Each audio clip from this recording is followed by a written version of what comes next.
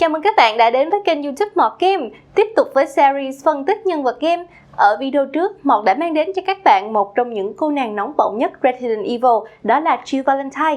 Ở video phần 1, chúng ta đã tìm hiểu những sự kiện từ Resident Evil 1 cho tới Resident Evil 3 và 3 Remake. Trong video ngày hôm nay, hãy cùng em gái Mọt tiếp tục những thông tin thú vị về cô nàng Jill nhé. Thông báo, Mọt Game sẽ thay đổi giờ lên sóng video vào thứ 3, 5, 7 Chủ nhật hàng tuần. Update ngay lịch mới của Mọt để không bỏ lỡ bất cứ video nào nha.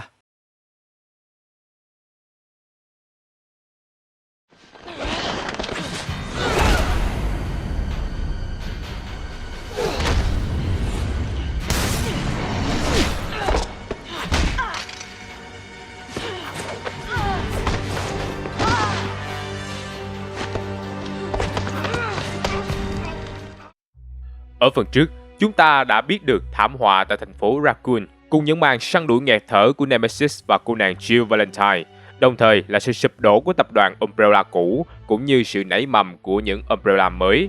Trong video ngày hôm nay, hãy cùng Mọt tiếp tục tìm hiểu câu chuyện của một trong tứ đại mỹ nhân của Resident Evil. 3 con tàu chết chóc, Resident Evil Revelations.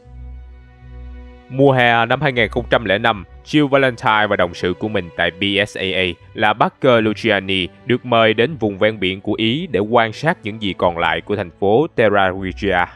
Đây chính là nơi xảy ra vụ khủng bố của El Vetro năm trước. Tại đây, người ta phát hiện xác của các quái vật Sea Creeper cùng một ống chứa virus T. Abyss virus dạt vào bờ. Vị trí khởi phát của chúng được cho là từ con tàu Queen Dido, một trong 3 con tàu được El Vetro sử dụng cho vụ khủng bố trước đây. Tuy nhiên xác tàu này nằm tại khu vực phong tỏa của FBC, không ai được phép vào đó. O'Brien nói Chris và người đồng hành của anh là Jessica Sherwood đã mất tích trong nhiệm vụ, và tín hiệu định vị cuối cùng nhận được là ở vùng địa Trung Hải này. Điều này khiến Jill và Parker buộc phải ra biển để đi tìm. Họ đi trên chiếc xuồng nhỏ và bất ngờ tìm ra được Queen Zenobia, con tàu thứ hai trong 3 con tàu của El Vetro đang trôi dạt. Khi tiến vào khoang tàu, họ nhận ra rằng con tàu đã bị nhiễm virus và bị bỏ hoang từ lâu.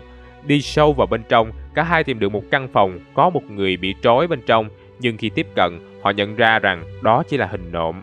Jill và Parker nhận ra họ đã bị mắc bẫy nhưng đã quá muộn. Khí gây mê đã được xả vào phòng khiến cả hai bất tỉnh. Một gã mang mặt nạ phòng độc xuất hiện đưa họ đi và nói rằng đã đến lúc biết sự thật. It's time you learned the truth, Miss Valentine. Jill tỉnh lại trong một căn phòng trên tàu. Cô liên lạc với Parker và biết rằng gã lạ mặt đã tước hết vũ khí của anh rồi nhốt hai người ở hai nơi. Cả hai hẹn gặp nhau trên phòng điều khiển tàu. Tại đây, họ gặp thêm một người nữa là Raymond Vester, từng là đồng đội của Parker lúc còn làm cho FBC. Lúc này, một đoạn video cũng được gửi tới cho nhóm điều hành BSAA. Nội dung là một kẻ mang mặt nạ tự xưng là người của El Vetro và giới thiệu một loại virus mới mang tên T. Abyss.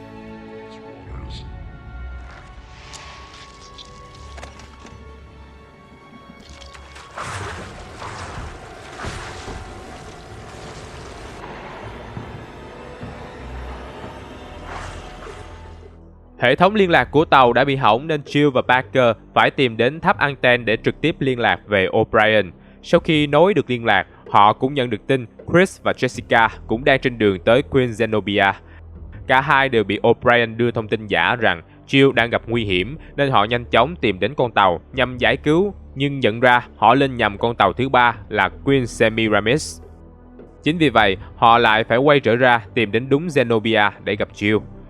Lúc này, O'Brien nhận được tin cho biết vệ tinh của thành phố Terra Regia năm xưa bất ngờ khởi động lại và chuyển hướng nhắm vào Queen Zenobia. Đây là dấu hiệu cho thấy Morgan Lansdale, người đứng đầu FBC đã nhúng tay vào. Trong khi O'Brien đầu hàng, không có cách cứu Jill và Parker, thì nhóm trinh sát Keith Lumley và Queen Secham đã gợi ý cho Jill tìm con Tron cũ của hệ thống vệ tinh. Đây là Tron làm nhiệm vụ dẫn đường cho vệ tinh, vì thế nó có thể kéo lệch mục tiêu bắn của vệ tinh ra chỗ khác. Tuy thoát nạn, nhưng phát bắn của vệ tinh tạo ra sóng lớn đánh mạnh làm hỏng tàu.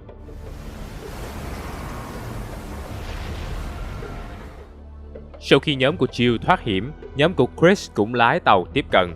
4 chiến binh BSAA hẹn gặp nhau trên phòng casino của tàu Zenobia.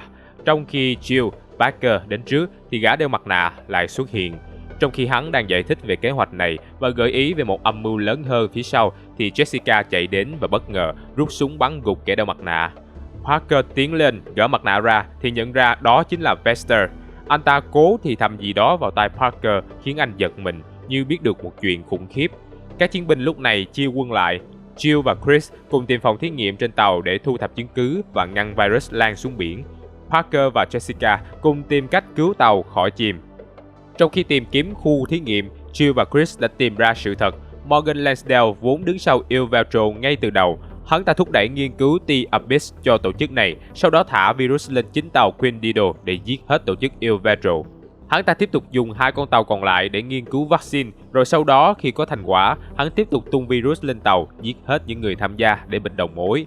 Morgan Lansdale cũng phát hiện được 2 chiến binh BSAA trên tàu Queen Zenobia đang khám phá âm mưu của mình. Hắn kích hoạt hệ thống tự hủy trên tàu Semiramis. Trên Zenobia, Jessica bị Parker ngăn lại khi đang cố kích hoạt tự hủy của con tàu này. Những lời nhắn lại của Vester chính là thông tin về việc Jessica là gián điệp của Morgan Lansdale. Vester cũng xuất hiện và vỗ ngực gợi ý rằng anh ta có mặc áo chống đạn nên chỉ giả chết. Tuy vậy, Jessica đã lợi dụng sự bối rối của Parker để bắn Vester, nhưng Parker kịp đỡ đạn cho bạn. Cô ả nhân lúc này bấm nút tự hủy của tàu Zenobia để tiêu diệt mọi bằng chứng dẫn đến tội ác của Morgan Lansdale. Parker dù đang bị thương vẫn yêu cầu Vester để mình lại và đuổi theo bắt Jessica. Jill và Chris sau khi cố chạy chương trình tiêu hủy số virus trên tàu xong liền tìm đường thoát khỏi con tàu đang chìm. Họ gặp Parker nhưng anh ta bị thương quá nặng và bị rơi khỏi hành lang xuống đống lửa bên dưới.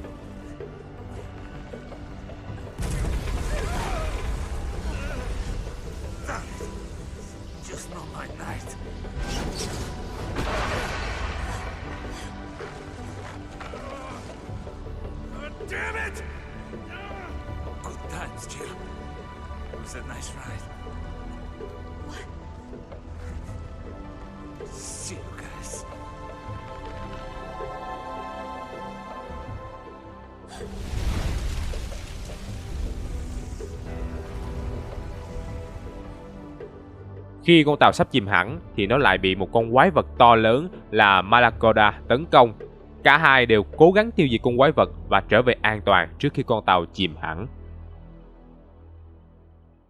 Khi trở về nối lại liên lạc, O'Brien đã giải thích rằng ông ta phải nói dối để dàn dựng lên màn kịch giả nhằm thu hút chứng cứ về sự liên quan giữa Morgan Lansdale và Il Veltro.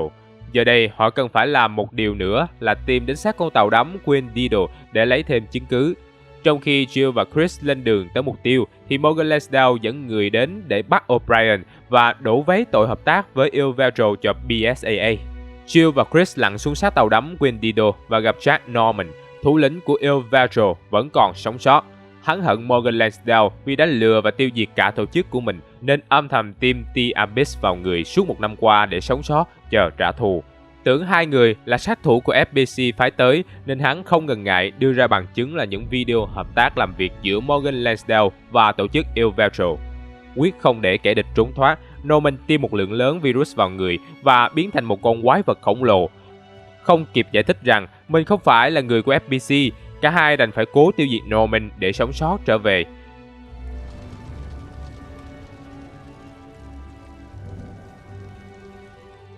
Sau khi đánh bại được Norman, Jill liền phát đoạn video bằng chứng về cho BSAA, đúng lúc Morgan Lansdale đang định bắt O'Brien.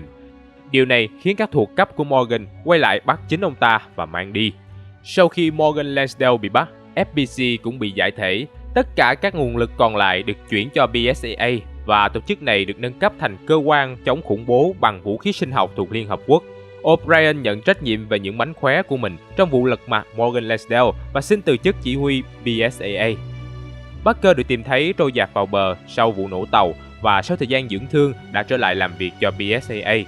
Chris và Jill tiếp tục trở thành những đặc nhiệm cao cấp trong đội ngũ BSAA, tích cực tham gia tiêu diệt các âm mưu khủng bố bằng vũ khí sinh học khắp thế giới. The storm is gone now. But how long will it last? Giờ phút cuối cùng của Spencer. Năm 2006, BSAA nhận được tin mật báo về chỗ lẫn trốn của Oswald E. Spencer, CEO của Umbrella và là kẻ đứng sau tất cả thảm họa về T-Virus. Tổ chức đã cử Jill Valentine và Chris Redfield xâm nhập vào dinh thự này để điều tra. Họ hy vọng rằng nếu bắt được Spencer sẽ khai thác từ ông ta ra tung tích của Albert Wesker. Tuy nhiên, khi tiến vào trong, cả hai nhận ra có ai đó đã đến trước họ và hạ gục tất cả vệ sĩ của Spencer. Dưới hầm của biệt thự là hệ thống hầm ngục với dấu vết tra tấn và thí nghiệm, cho thấy các thí nghiệm của Spencer vẫn tiếp tục. Khi trở lên trên, cả hai tìm thấy Spencer đã chết. Ông ta bị giết bởi Albert Wesker. Cả hai lao vào tấn công Wesker, nhưng hắn ta thể hiện sức mạnh siêu nhiên vượt trội khỏi giới hạn của loài người. Khi Chris bị hạ gục, Jill tưởng anh sắp chết nên liều mình đẩy Wesker ra cửa sổ, khiến cả hai rơi xuống vách đá bên dưới. Chris sau khi hồi phục đã gọi cứu viện, nhưng mọi cuộc tìm kiếm của BSAA sau đó đều vô vọng, không phát hiện ra xác của cả Jill lẫn Wesker đâu. Jill được xem như đã chết và tên cô được đặt trong phòng tưởng niệm những chiến sĩ hy sinh của BSAA. Con cờ của Wesker. Jill thực ra không chết mà chỉ bị thương nặng và được Wesker mang về căn cứ của hắn ở Tricell, một công ty nghiên cứu vũ khí sinh học tại khu vực châu Phi. Là sếp của Jill trước đây và luôn quan sát các thành viên của STARS nên Wesker biết rõ chỗ hữu dụng của Jill. Sau nhiều thí nghiệm của virus Ouroboros không đi đến đâu, Wesker chuyển Jill sang thí nghiệm dự án B30 nhằm tạo ra những siêu chiến binh thế hệ mới. Loại thuốc dùng cho B30 chiết xuất từ progenitor virus này sẽ nâng cao khả năng chiến đấu của con người lên mức siêu cấp. Tuy nhiên, nó lại tan rất nhanh trong cơ thể. Vì vậy, để duy trì sức mạnh thì Wesker đã ra lệnh chế ra một mặt dây chuyền đặc biệt gắn lên ngực Jill nhằm liên tục bơm thuốc vào người cô. Jill bị tẩy não và được Wesker giữ bên cạnh như một phụ tá tham gia vào việc hợp tác giữa hắn, Estella Gion và Ricardo Irving. Thảm họa ở Kichichiu, Resident Evil 5. Dự án Ouroboros đã đến giai đoạn hoàn thành. Irving đã sử dụng khu tự trị Kichichiu như một bãi thử cho loại vũ khí mới này. Tricell nhanh chóng phát tán các mẫu vật lên người dân ở đây và quan sát kết quả. Đầu tháng 3 năm 2009, nội gián bên trong BSAA báo về là tổ chức này có động thái chuẩn bị điều tra Kichichiu. Jill Valentine được cử đến giúp Irving đối phó. Jill đã hỗ trợ Irving cái bẫy trong nhà kho bằng một người nhiễm Ouroboros để tiêu diệt team Alpha của BSAA. Cô sau đó cùng Irving rút về khu mỏ đá, nhưng rồi BSAA tấn công vào khu mỏ, dồn Irving vào chân tường. Jill lại tung bom khói và giúp Irving trốn thoát về khu khai thác dầu. Tại đây, cô đưa ra lời cảnh báo cuối cùng với Irving rằng hắn ta biết quá nhiều, không thể để BSAA bắt được. Vì thế, Irving phải cài bom khắp khu vực phòng khi bị tấn công và bản thân giữ một ống trứng Plagas đặc biệt để sử dụng khi không còn cách nào khác. BSAA tấn công vào khu khai thác dầu và Jill trèo lên cano trốn thoát để lại Irving chiến đấu cản đường. Quay về với Wesker, hai người đi qua khu phế tích cổ để đến điểm hẹn với Gion. Lúc này Chris và Shiva cũng vừa tìm đến. Để hoãn binh cho Gion, Wesker và Jill phải chiến đấu cầm chân cặp đôi này. Wesker hết thời gian nên quay về tìm Gion để lại Jill một mình xử lý nhóm của Chris. Khi nhận ra chiếc mặt dây chuyền trên ngực là vật kiểm soát Jill, Chris và Shiva hợp sức khống chế rồi giật vật đó ra khỏi người cô. Jill lấy lại tỉnh táo nhưng kiệt sức sau cuộc đánh nhau nên để cặp đôi Chris và Shiva đi trước, còn mình ngất xỉu trong hang. Cô được George Stone, một đồng đội của Chris tìm thấy và dìu ra, chờ trực thăng đến đón. Từ đây, Jill dùng những hiểu biết của mình từ bên trong để giúp BSAA tấn công Gion. Cô chỉ ra con tàu mà Gion đang ẩn náu, cũng như báo cho Chris biết điểm yếu của Wesker là ông ta cũng cần tiêm thuốc trợ lực để giữ sức mạnh, và thuốc này phải đúng liều lượng vì khi quá liều nó sẽ giết chết Wesker. Sử dụng thông tin này, Chris và Shiva đánh bại được Wesker nhưng lại rơi vào khu vực núi lửa và phải chiến đấu với dạng cuối của hắn ta.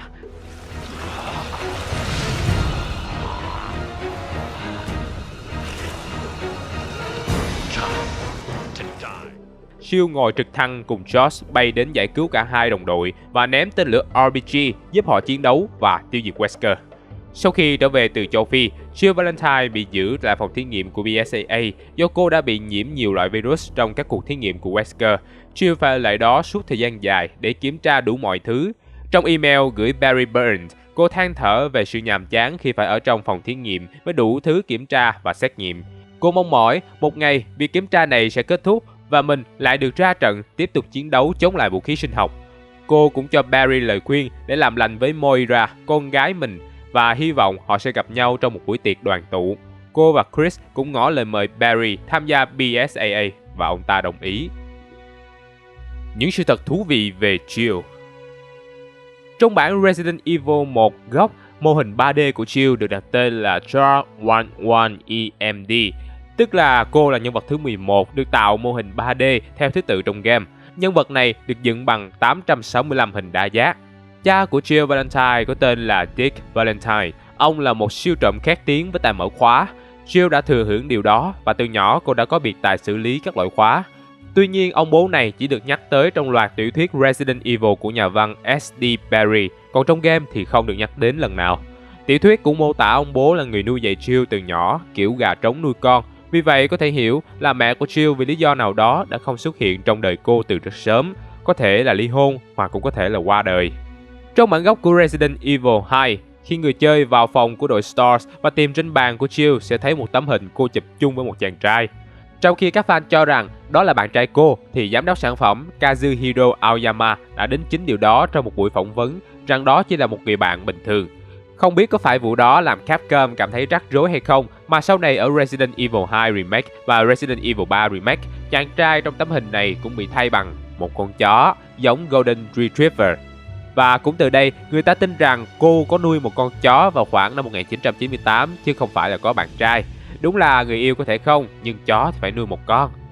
Jill là người thuận cả hai tay khi mà hình ảnh của cô xuất hiện trong đoạn cuối phần chơi Desperate Escape của Resident Evil 5, cho thấy cô cầm khẩu súng SIG-556 bằng tay trái. Nhưng trong hình minh họa của cô ở Resident Evil 5 lại cho thấy cô cầm khẩu súng bằng tay phải. Trong bản gốc của Resident Evil 2 và Resident Evil 3 Nemesis, chiếc mũ barret quen thuộc của Jill được thấy để trên bàn làm việc. Trong khi ở bản Resident Evil 3 Remake thì nó lại nằm trong căn hộ của cô ở đầu game. Có nguồn tin nói rằng nếu bạn chơi Resident Evil 5 trên PlayStation 3 và hoàn thành game ở độ khó Veteran, thì khi đăng nhập vào PlayStation Home sẽ nhận được một trophy trang trí đặc biệt. Trophy này mang hình dáng Jill Valentine mặc trang phục BSAA với màu tóc gốc của mình. Tuy nhiên do PlayStation Home đã đóng cửa từ năm 2015 nên không ai còn có thể kiểm chứng điều này nữa. Trong Resident Evil 3 Remake, một file tài liệu do Nikolai viết đã đề cập đến giả thuyết Jill có phản ứng miễn dịch với T-Virus. Suy đoán này dựa vào các mẫu máu mà hắn lấy được khi Jill đang bất tỉnh trong bệnh viện và Carlos đang trên đường đi tìm vaccines. File này lấy ý tưởng từ khám phá của Wesker trong Resident Evil 5 rằng Jill đã có miễn dịch với Progenitor Virus sau nhiều năm bị phơi nhiễm từ sự cố Nemesis đó. Màu tóc tự nhiên của Jill là nâu, brunette. Tuy nhiên, nữ diễn viên và vai cô trong phần phim giới thiệu của Resident Evil 1 lại có tóc ngã sang màu vàng, blonde. Tuy vậy, do được thiết kế trước nên suốt game, mô hình của Jill vẫn là tóc nâu. Trong bản Resident Evil 1 Remake, tóc của cô được làm thành dạng tóc ngắn kiểu short bob. Đến Resident Evil 5, tóc Jill lại trở thành vàng, nhưng nó được cho là do cô nằm quá lâu trong buồng ngủ đông, da của cô cũng có màu tái hơn thông thường vì lý do này. Khả năng trở lại cao hơn bất kỳ ai. Jill Valentine nằm trong nhóm những nhân vật còn sống, vì vậy con đường trở lại của cô gần như đã sẵn sàng. Vấn đề chỉ là quyết định của Capcom về thời điểm mà thôi. Lần xuất hiện mới nhất của Jill trong một bản game chính tuyến là trong bản làm lại của Resident Evil 3 Remake. Sắp tới, cô sẽ xuất hiện trong bản game online bắn súng Resident Evil Reverse, dự kiến sẽ ra mắt trong năm 2021. Nếu chỉ tính riêng các phiên bản chính tuyến của Resident Evil thì có thể thấy sự trở lại của Jill đang rất gần. Cô vắng mặt ở Resident Evil 2, rồi sau đó trở lại trong Resident Evil 3 Nemesis, tiếp tục vắng mặt ở trong phần 4, nhưng trở lại đầy bất ngờ trong phần Resident Evil 5. Sau thông tin nhá hàng từ Capcom rằng cô đã chết để hâm nóng cộng đồng. Jill vắng mặt ở 3 bản chính tuyến gần đây do sự sắp xếp lại của series này. Chris là nhân vật đầu tiên lộ diện ở 2 phần reboot Resident Evil 7 và Resident Evil 8 Village. Vậy, người luôn được xem là cặp bài trùng của anh, làm sao có thể vắng mặt lâu hơn nữa? Nên nhớ rằng Jill Valentine là nhân vật được yêu thích nhất của dòng game này trước khi Lady Dimitrescu xuất hiện. Nhưng Lady Dimitrescu vừa được sử dụng và không thể trở lại quá nhanh ngay ở phần kế tiếp, nên ứng cử viên sáng giá nhất sẽ vẫn là Jill. Không chỉ vì cô là người xuất hiện khá khiêm tốn thời gian gần đây, mà còn là một con bài tẩy lợi hại của Capcom gây bất ngờ với người hâm mộ. Liệu Jill ở phiên bản reboot bên cạnh Chris sẽ là mẫu nhân vật như thế nào? Có giống Jill từ trước đến nay hay sẽ thay đổi? Hãy cùng chờ xem Capcom sẽ tạo ra bất ngờ gì với nhân vật này nha. Nhưng Capcom lần này đừng trưng bia mộ trước khi ra game nữa nha, không được hên đâu. Đến đây thì Mọt Tươi cũng xin được kết thúc tiểu sử dày đặc của cô chiến binh Jill Valentine. Các bạn hãy cho Mọt một like và subscribe cho video này nha. Đừng quên để lại tên nhân vật mà bạn muốn Mọt phân tích. Mọt sẽ đọc hết bình luận của anh em đó nha. Còn bây giờ thì xin chào và hẹn gặp lại.